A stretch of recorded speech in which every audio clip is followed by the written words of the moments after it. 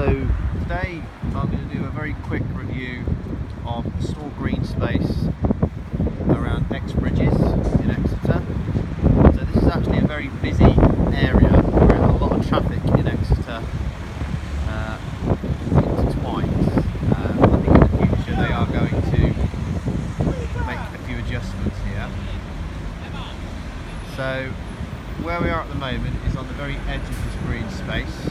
You can actually see in the distance the very green trees at the back are, I believe, golden weed willows. The trees at the front, you've got common ash, and then you've got a couple of small willows there.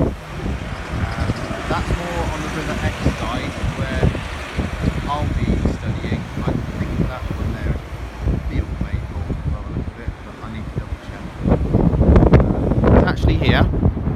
I'll quickly spin round. Very windy today, so I'll try to keep my voice up. This is the old Exe Bridge. You can see part of it there. There is also a lot of new development behind and around it. But as I said, where we'll be going is pretty much right over that old bridge, just to the side of that sort of section.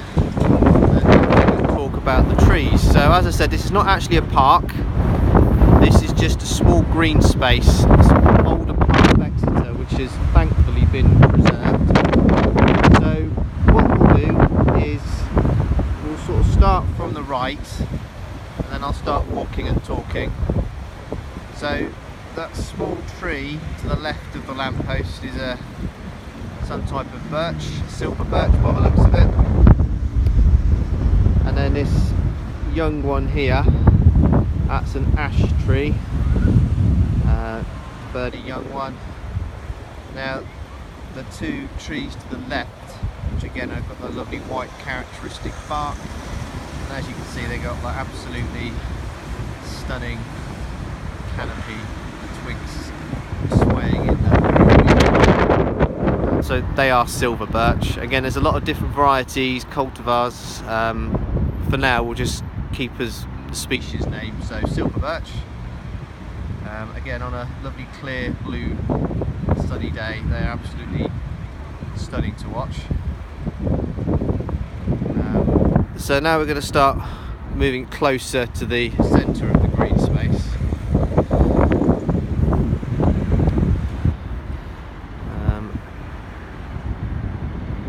So we'll walk on the edge and then walk in. Silver birch there, braving the elements.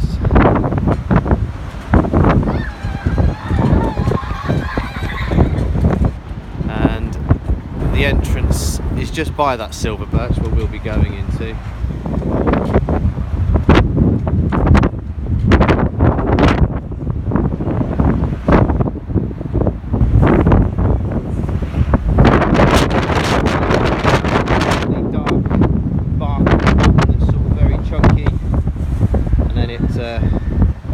It's that lovely white as it sort of goes up. So now we're going to actually get into the green space. So it's going to be a bit of quite a long walk around. I imagine this video is going to go on for at least 20 minutes. I'm not going to get So this is what's left of the old wall, which we'll be going over. We have covered the trees to the right at the start of the video, so I won't bother panning around there for the moment. There's more trees or mature trees on the left hand side of this wall than there is the right. What you will probably notice is under the bridge there is actually quite a lot of water. Some little ducks down there having a bit of fun.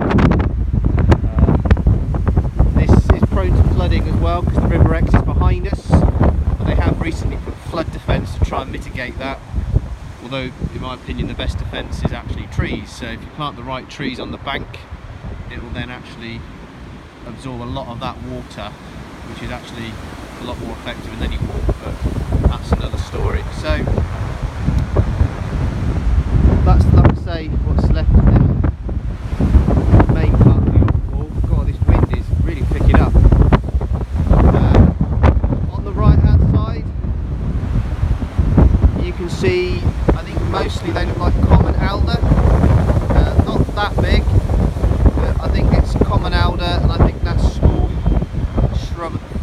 hazel. We'll get closer to that in a minute. Now the one tree here that stands out will be this one. So it is the middle of March. Spring is nearly upon us. But as you can see, this is has its leaves and it's retained them. So that's a Lucombe oak. Again, that's a natural cross between cork and turkey. Interestingly, it's actually a sort of semi-evergreen, but more often than not it does tend to keep its green foliage throughout the year. But if the winter is harsh enough, then it will inherit one of its parents' characteristics. As I said, the turkey and the cork oak, very different trees, one evergreen, deciduous. Tree. Properly shortly. So now we're just going to have a general walk down, have a proper look at the alders and hazel. I should have picked a quieter day. I think there's too much wind on this.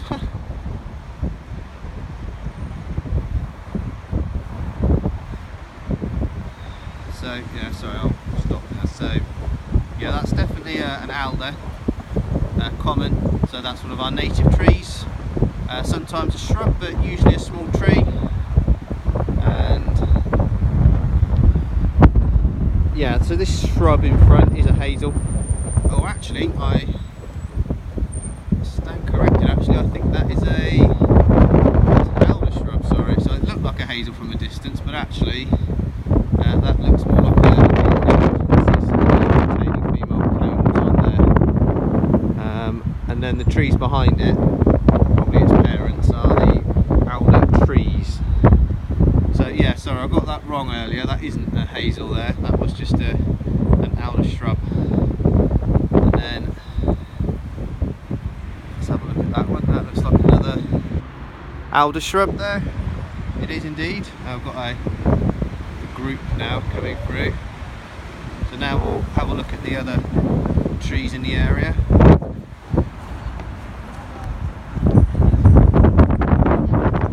So this one here is another tree.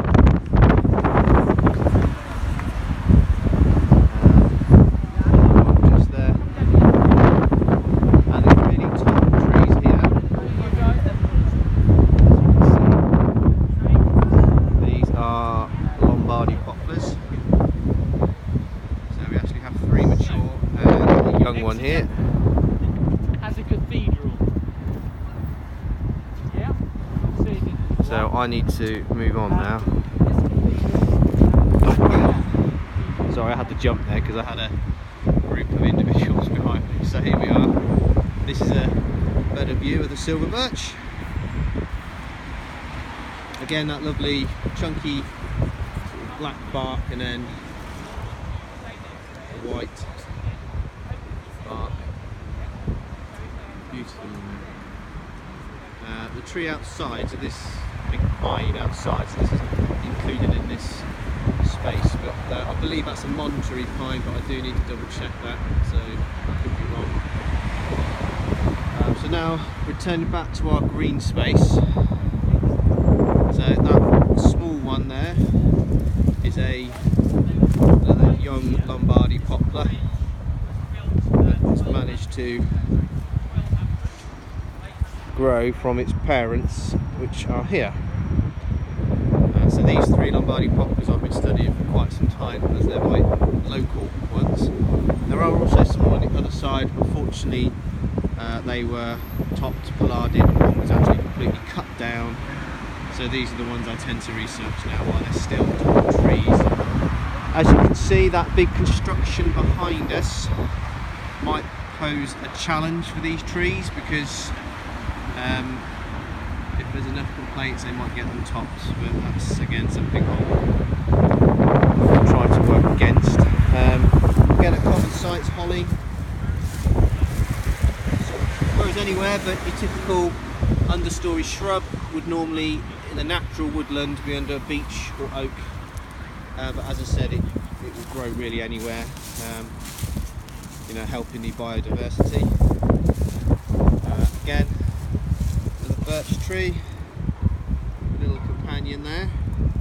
Just goes to show you how important trees are. People think of birds as always, you know, being the key thing. But I mean, there's a bird's nest up there, you can see. But you only have to look at this young tree. It's not that old. Again, birch trees are short-lived trees, pioneer species. But you know, if you were to count every single piece of lichen or moss or algae, you wouldn't have a book big enough. And that's just on the trunk. You've then got all the twigs, the branches, and then when you've got the actual growing season, you've got the leaves, the buds, then the flowers. All of these have a massive impact on our wildlife. So when a tree just gets cut down because it's unsafe or a nuisance or unsightly, you're not cutting one thing down, you're destroying an ecosystem. And this is what people need to realise. You know, we need to really look after our trees and only remove them when there's absolutely no other possibility. But thankfully the Exeter Council strategy seems to have a fairly good defence for our trees. Like I said, it's not perfect, we've had a few run-ins, but we are certainly making progress with our friends at the council. So Lombardy poplars, as I said, they're not native, they're I believe Italian is their origin. Deciduous, as you can see. Now interesting with Lombardy poplars, the sun it's very windy, it's raining now. They are dioecious, which means the trees are male or female. Now when they were introduced into our country many years ago, they were practically all male trees. So when you see these lovely Lombardy poplars, you're going to find, I'll be honest, nearly all of them are going to be male. If you're lucky, you might find a female, but as I said, the ones I've all found have all been male, and the easiest way to tell, and I'm trying to find some, here we go, it's not brilliant, but if you can see that, that's a male flower. Okay, so this is what you're likely to see amongst most Lombardy poplars in the UK. Again, the sun's gone in. If I was to point the camera up, you probably see right at the edge of the twigs, there'll be thousands and thousands of caterpillars releasing their pollen. And as I said, in where they're naturally from, you have a mixture of female and male trees.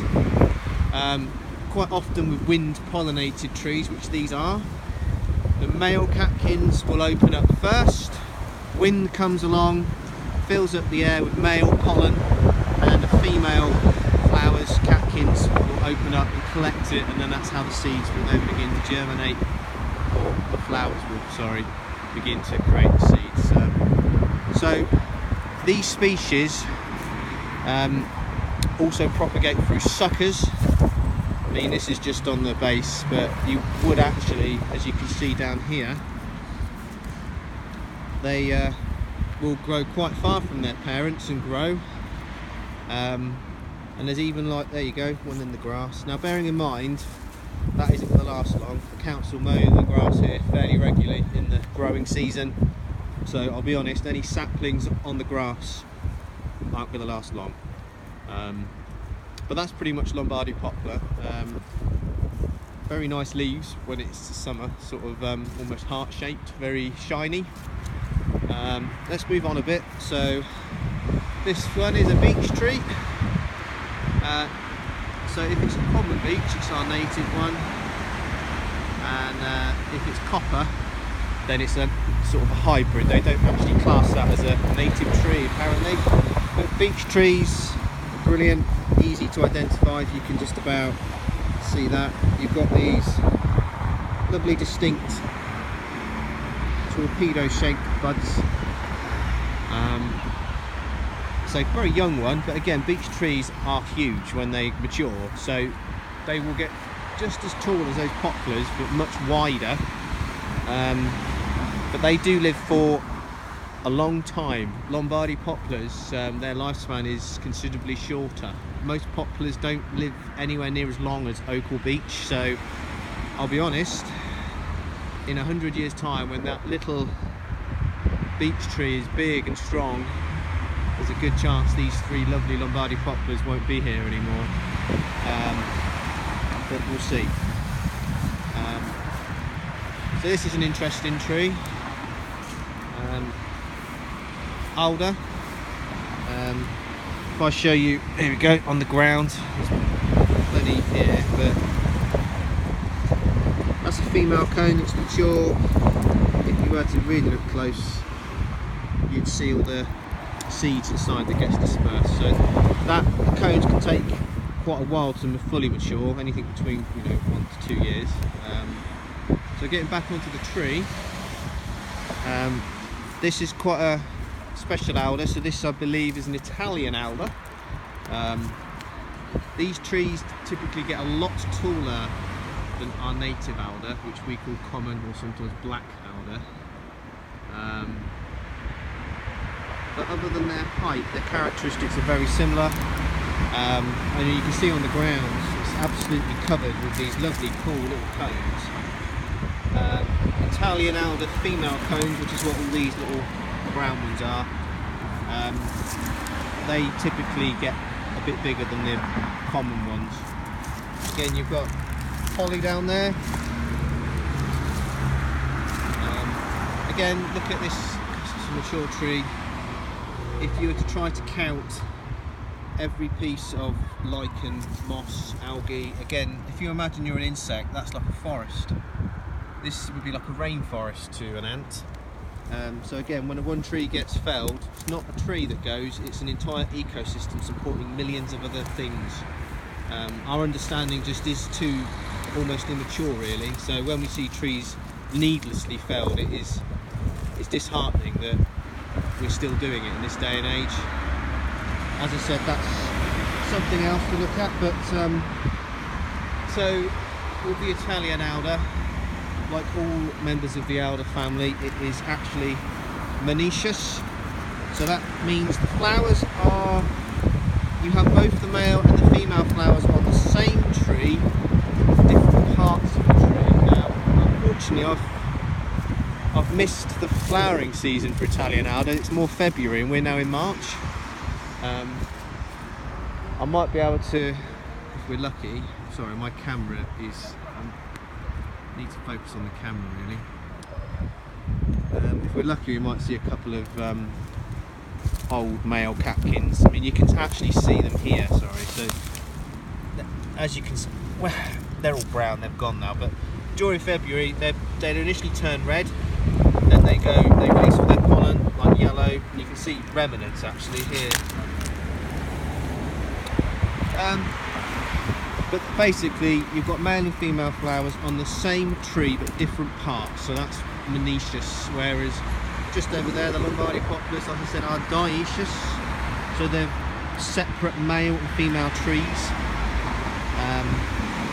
So we'll go more into that on other videos. This is just trying to cover the trees in the ground, so I appreciate now it's 18 minutes, so I need to speed up. Again, you've got all the lovely twigs and branches. You know, it's lovely, isn't it? It's just like a work of art, just looking around. That's the other thing that's really cool with Italian alder. The leaves seem to stay on for absolutely ages. I mean, these haven't actually fallen off. They've remained all throughout the year, and they will eventually. But whereas with our alders, all the leaves will be gone by, I don't know, November. So actually, we're quite lucky here because if I pull this down, you might just be able to, if I can get the camera to focus, that is, you can see, perfect, there we go. So that little green one is actually the female flower. It will eventually, when it collects the pollen from these guys, these long dangly male, so as I said, these they've done, they've released their pollen, the tree will then cleverly get rid of them, then they'll fall to the ground, and again all those nutrients get reabsorbed by the tree, so nothing is wasted in nature. But basically they're your male catkins, the pollen's been and done. Little female flower which will turn into one of those beautiful wooden cones, which again the camera is just focusing on that rather ugly building, but there we go. So moving on, This is a nice one. So this is a rowan tree. I did study this the other month. Pretty sure this is a rowan tree. If I just double check its buds. Yes, they are. So rowan is native to this country, but it's more a northerly range. So typically, you know, the highlands, but you know, people bring and move stuff around. But I'm thankful for that because we have them here. You've got your typical grey bark, and then if we were to look at the buds, I mean, this is a sucker, probably not the best example, but you've got that sort of lovely grey, almost egg-shaped type bud, hairy. Now these trees are a bit different with their flowering, so we covered dioecious with the Lombardy poplars. We talked about monoecious trees with the Italian alder. Beech trees are also monoecious as well. But rowan is different in the sense that there are no separate male or female trees. But the flowers contain both the male and the female part, so they are hermaphrodite and typically insect pollinated. So when in the summer they will create these lovely clusters of creamy, sometimes white, but usually creamy flowers.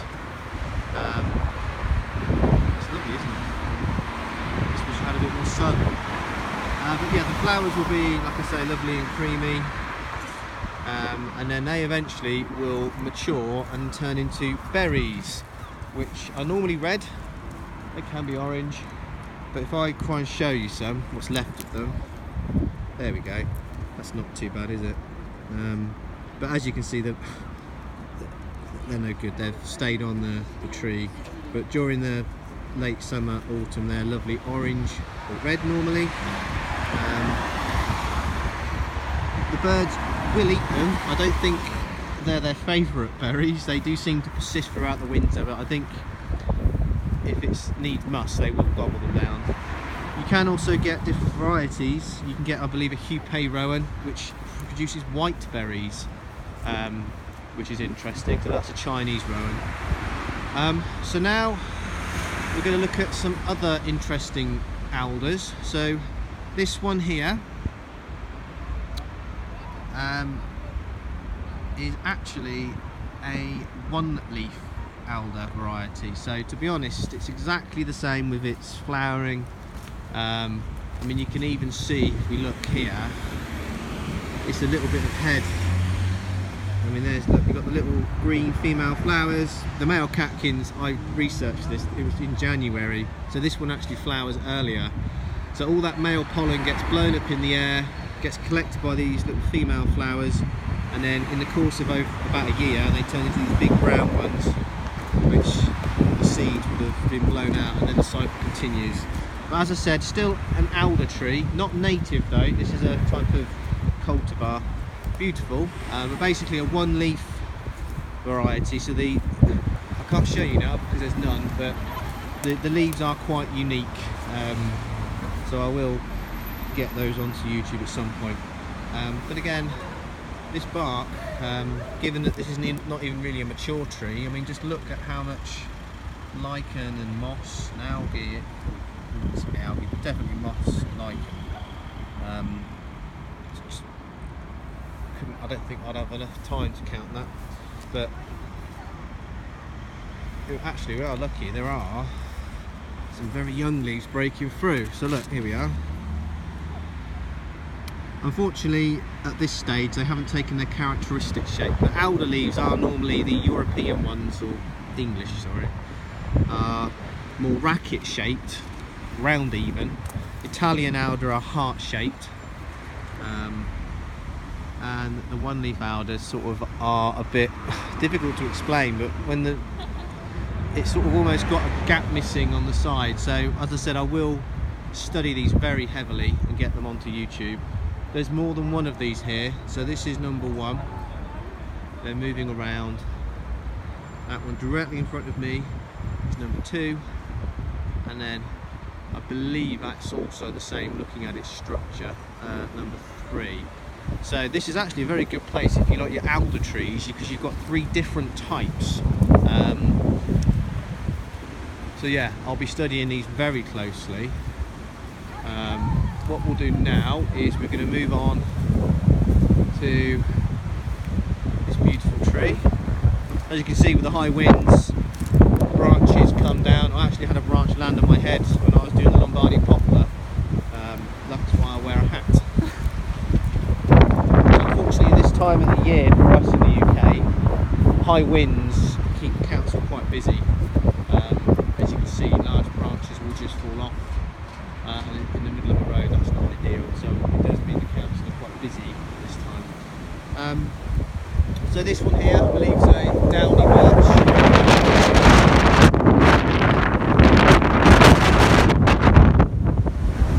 So again, your white characteristic sort of birch bark.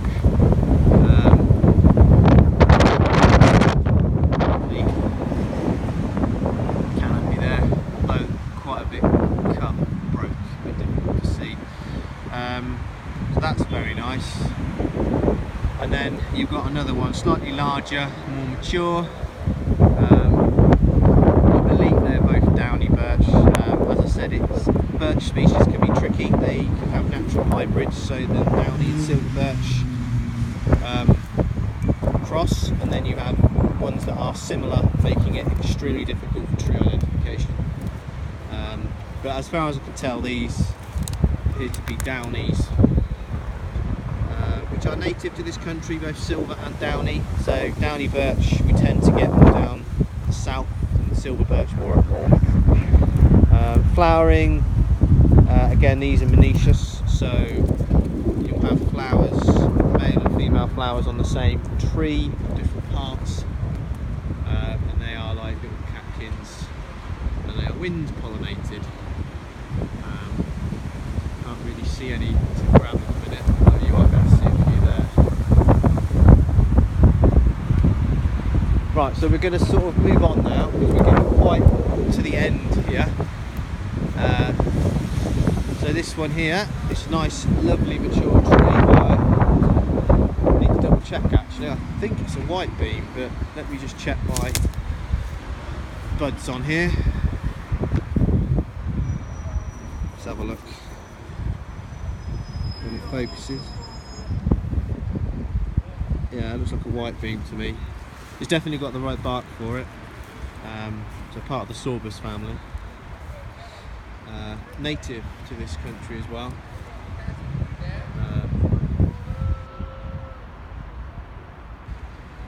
It's quite nice with the lights shining through. Yeah, so white beam is actually very similar to rowan, but white beams tend to get bigger. So white beams will have the hermaphrodite flowers, white and creamy, very nice, and then they'll produce typically red berries, but again there's different varieties, and again they also sometimes cross, so it's not always the same. But yeah, these are very nice.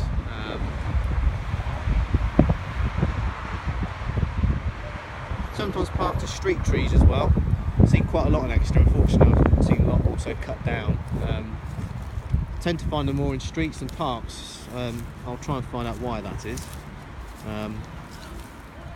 Again, more branches and twigs that have been blown down. So this lovely tree here is a Norway maple. Norway maples, and so the name suggests they're not native, but fantastic trees. And for those who study like moss, algae, lichen, the way these trees grow with their trunk, the ridges, they seem to be able, there's much more diversity with the different types. Again, this is an absolute treasure trove of life here. As I said, not just one tree, one life, this is countless. So Norway maple,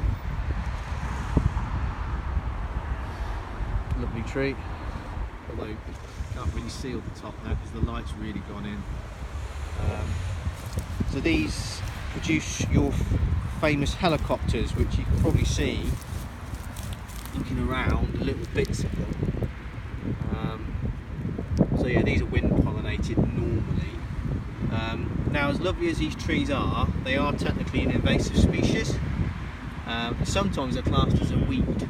The reason for that is you can already see here, there's 4 or 5 saplings, and that's just in here. There's probably hundreds and hundreds all around my feet. As I said, these guys won't last long because the council will come along and mow the grass. But that's what they do each year. They generate hundreds and hundreds, thousands even, of offspring. And that's why they're classed as a bit of a weed, because they're quite hard to control once you've got 1 or 2.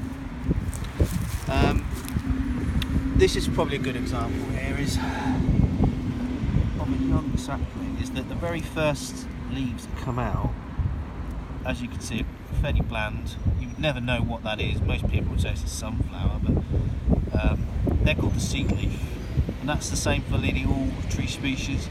That's what sort of is stored inside the seed that gets them going as their engine. But then as soon as they get their proper leaves, you can start seeing the characteristic come out. You've got that it's difficult to see, but that looks like a Norway maple sapling, given that it's right underneath. There's no other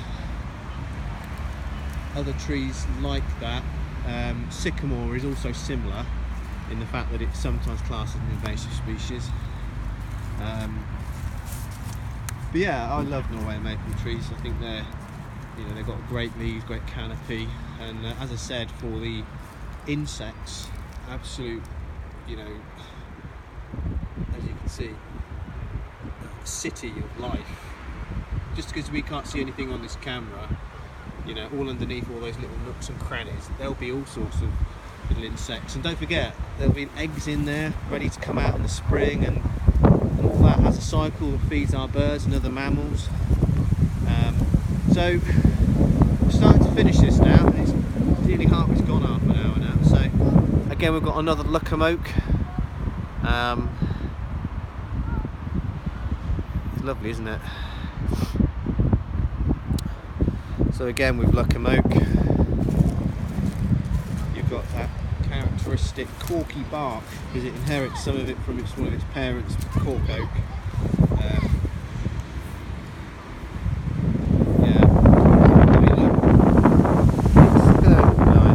I know they're the Asian ladybirds, I think, so I know they're not always as welcome, but they're doing their bit. They're getting rid of any pests they can find. There's actually, I've only just started looking. That's 4. I bet you if I was to do an actual proper count of invertebrates on here, there's actually at least 10 there, I think. Now look, you see, that's amazing, isn't it? And yeah, there'll be maybe hundreds of these ladybirds on here, and then there's all the other critters as well. But yeah, Lucombe oak, as I said, it's actually sometimes called the Exeter oak because it is sort of native here, because the person who discovered it, William Lucombe, they named it after him. So he was an Exeter man, and very good at what he did.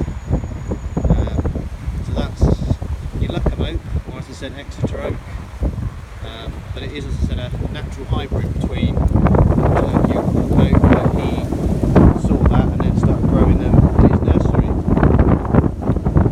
many years ago. And now we have absolutely loads in Exeter, thankfully. There we go, there's ladybirds on there, look. Just see one there, and then there's one. Wow. Oh my word, there's absolutely loads. Look at that. Oh, even better, look at that. Look at this. Huh, little party there. Yeah, there's probably 200 of those ladybirds on here at least, but we'll move on. So we'll move on to the tree behind me now. So the tree behind this path is a common ash.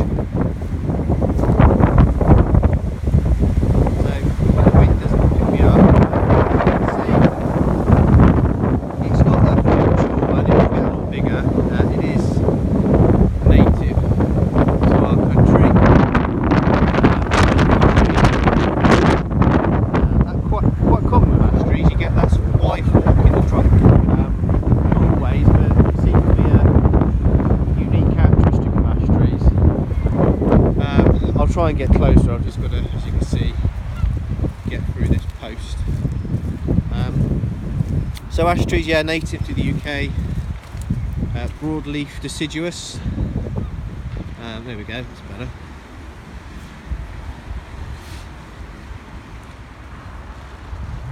So you can see the bark now.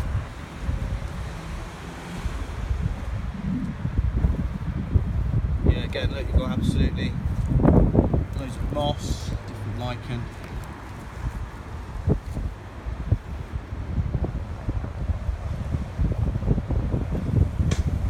So if I move up a bit, you will see in the wind, and that is common with ash trees throughout the year. You see the samaras, as we call them, and they normally persist on the tree throughout the year. Now, if I can, I'll try and get one of the buds down, so you can actually see. But yeah, they're very easy to identify, so they're actually really, here we go, really good for beginners, because they have these really cool black buds in it. Look at them, so distinct. So that's your common ash. There's lots of different types of ash, but this is the one that's native to the UK.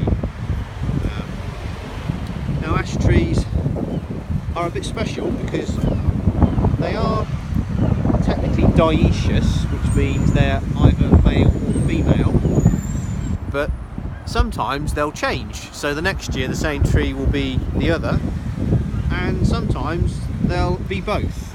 I don't think science really has quite understood why or how. I assume it's some sort of very clever survival technique. Don't forget, trees can talk underground. We've only just started covering that, like a massive underground network, so it might be that they can detect other ash trees miles away, and then they'll basically change their power to suit the other tree to sort of, you know, improve their gene pool and all that sort of thing. But yeah, trees are a lot more clever than we give them credit for.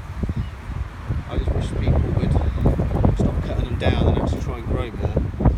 But so that's common ash. I think everyone knows about ash dieback, which is a massive problem, and unfortunately is in Exeter.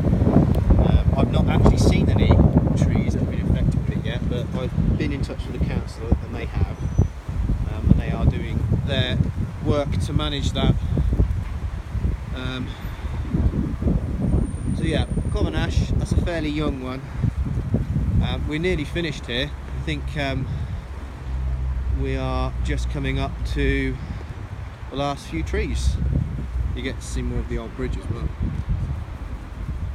So again, you've got another lovely mature silver birch. There's none in this one, but sometimes with birch trees, which is quite common, you get something called witch's broom, which I can't, unfortunately there's none here. They're actually, as far as I can see, very healthy trees. But yeah, witch's broom is a type of common infection that basically makes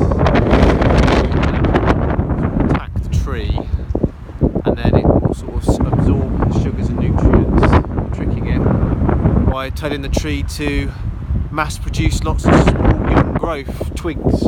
So actually, if you ever saw a birch tree with lots of birds' nests in them, there's a good chance they're not birds' nests, they're probably witches' broom. Which I suppose the reason they called it that is if you were to look at it, at the end, it probably would look like a broom. Okay, so that's that lovely birch tree. And then you've got these two lovely birch trees. And then actually I forgot, this is the second Norway maple here.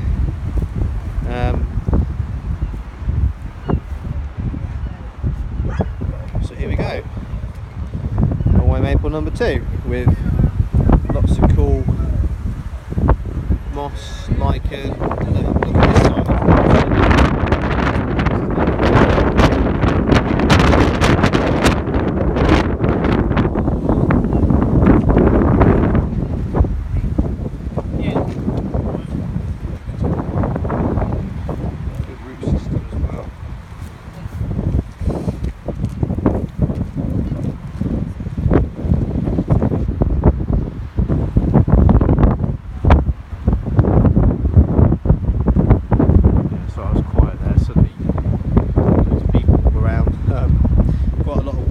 talks in Exeter at the moment.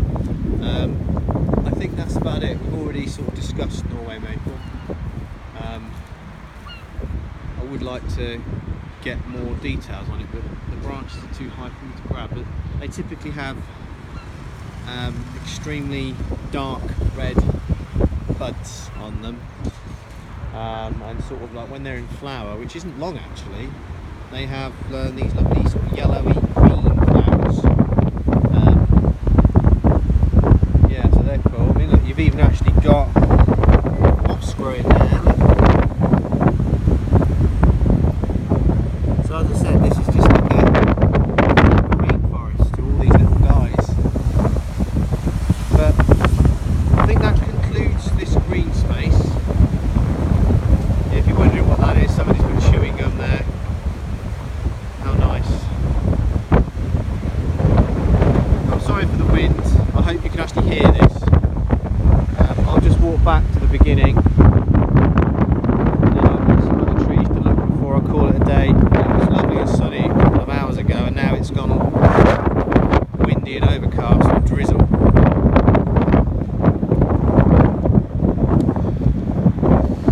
So again, we've lost back to the birch tree there, and then